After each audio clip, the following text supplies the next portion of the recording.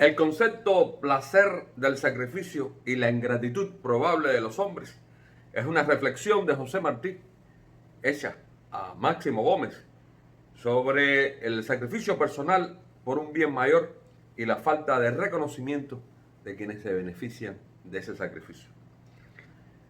Máximo Gómez y la independencia de Cuba marcan un hito de cómo muchas veces el patriotismo, ese momento romántico de los hombres, encierra sobre todas las cosas el patrón de la verdad personal y qué se debe hacer en cada momento.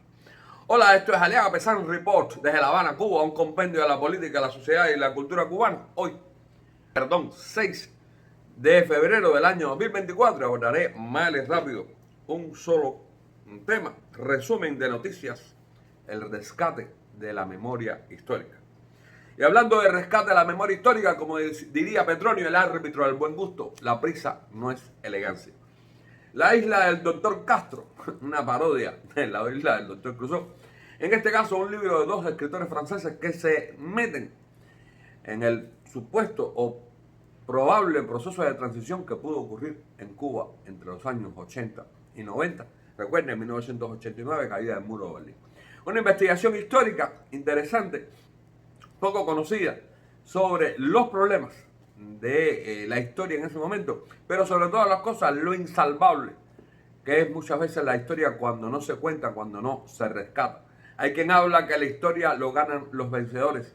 A mí me gusta decir que la historia la narran los que dominan los medios de comunicación. Pero haciendo justicia, mi amigo y colega Boris González Arenas acaba de publicar la primera parte de un texto titulado De pie frente al terror. Los patriotas, los grandes patriotas que murieron en el año 2024. El texto está publicado en la revista El Estornudo y pienso que con su humildad proverbial, la de Boris, pues se hace justicia en una primera instancia a los grandes que murieron en esa época. Como el heroísmo no tiene medida, Boris debe tratar de manejarlo a partir de una cronología de los que fueron muriendo desde el 1 de enero al 31 de diciembre.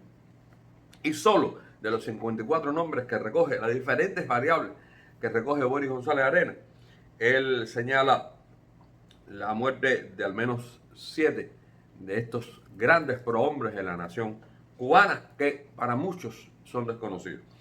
Habla de Tania Díaz Castro, por supuesto, una de las fundadoras del periodismo independiente, de la Comisión de Derechos Humanos.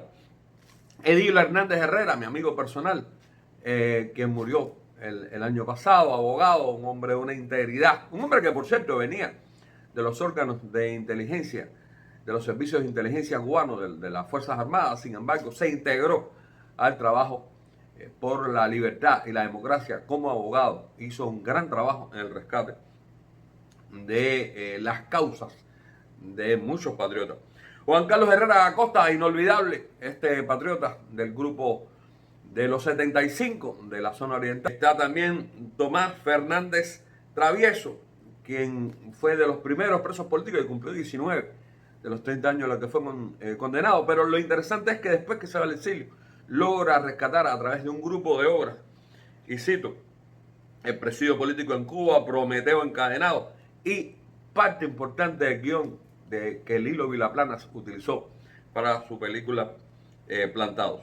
Está Daniel Candelario Santovenia, de triste recordación, sobre todo por su muerte, triste muerte ya en libertad después de ser condenado a 28 años. Y digo su triste muerte porque uno de los problemas que tienen los que luchan por la libertad de Cuba, dentro de Cuba, es que cuando ya son viejos o están enfermos, no reciben ayuda de nadie. Por supuesto, cada cual hace su historia. Y ahí está el sacrificio patriótico, romántico, de los que han entregado su vida por Cuba.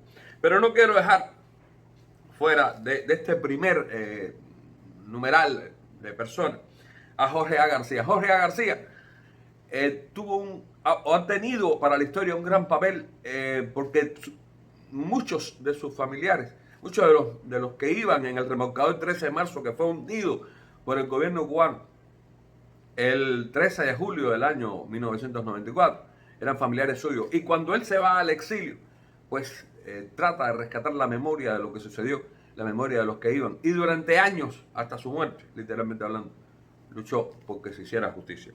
Interesante el texto de Boris González Arenas, no solo como periodismo, sino también como un elemento de análisis de la historia. Les recuerdo, esto es Aleada Pesán en colaboración con Cuba Sindical. Y si las noticias informan, aquí la ponemos en contexto.